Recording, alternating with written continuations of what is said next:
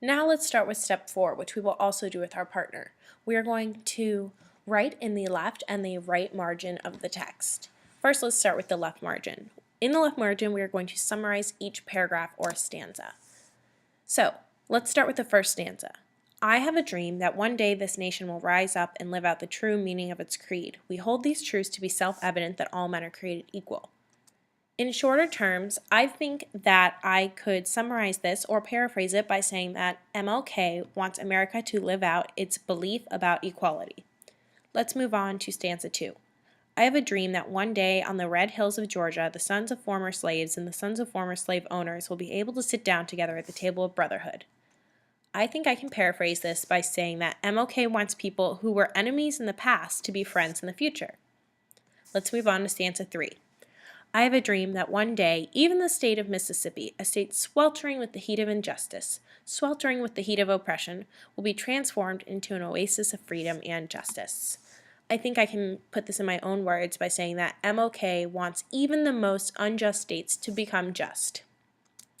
And stanza 4, I have a dream that my 4 little children will one day live in a nation where they will not be judged by the color of their skin but by the content of their character. I can put this in my own words and summarize it by saying that MLK wants people to not be labeled by outside appearances but by their personality. And finally, I have a dream today. Even though it's simple, I can kind of put it in my own words by saying that MLK wants equality now.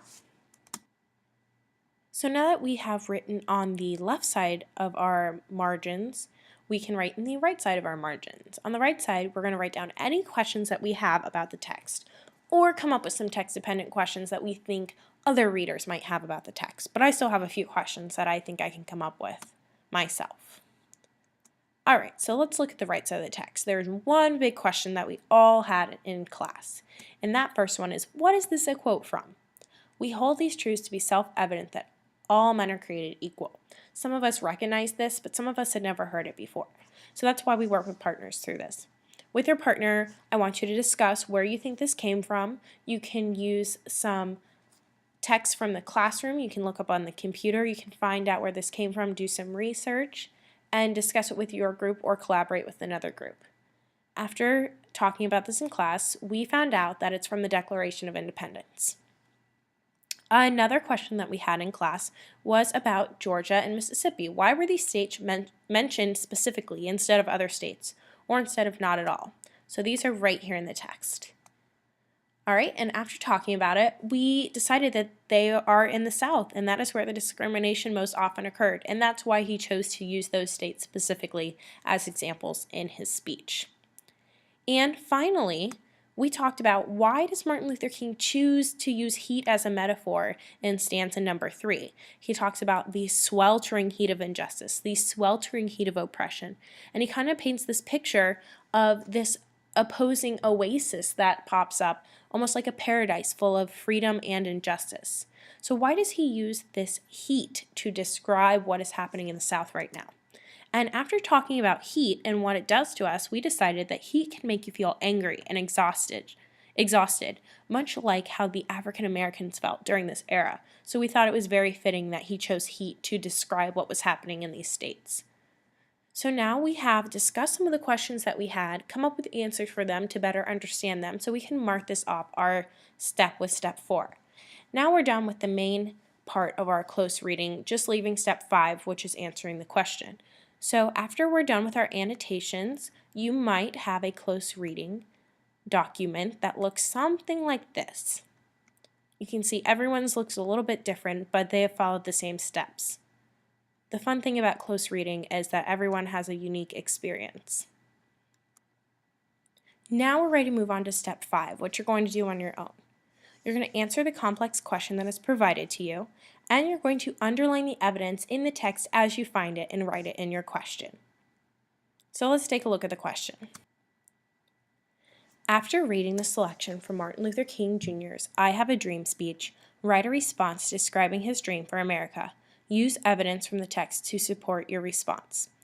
In my class, we've gone over how to answer a question, and you know that I always expect you to repeat the question in the first sentence somehow of your answer.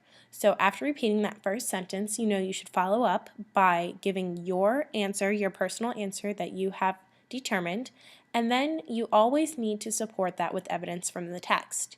In order to develop a full response for this question, I recommend that you use more than one piece of evidence and that you also describe that piece of evidence somehow in some kind of sentence or two afterwards. And then, of course, you always need some kind of closing statement or conclusion sentence. So let's start constructing our answer.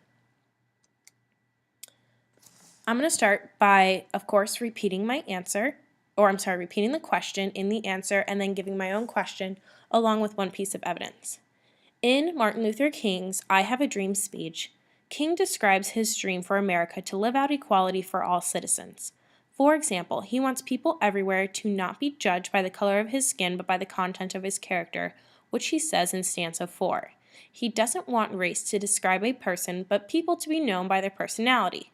So here I've done everything that I've asked you to do, and next I want you to underline where you found that piece of evidence. So I'm going to go ahead and underline, will not be judged by the color of their skin but by the content of their character. Now we're going to continue by giving one more piece of evidence describing Martin Luther King's dream.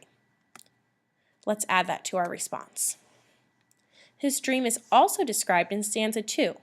I know because he states that enemies of the past will be friends in the future. The table of brotherhood is a symbol for peace and justice.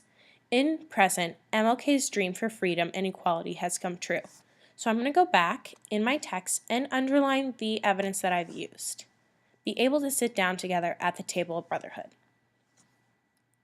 So now we're done with our response, and we can check our things off our list.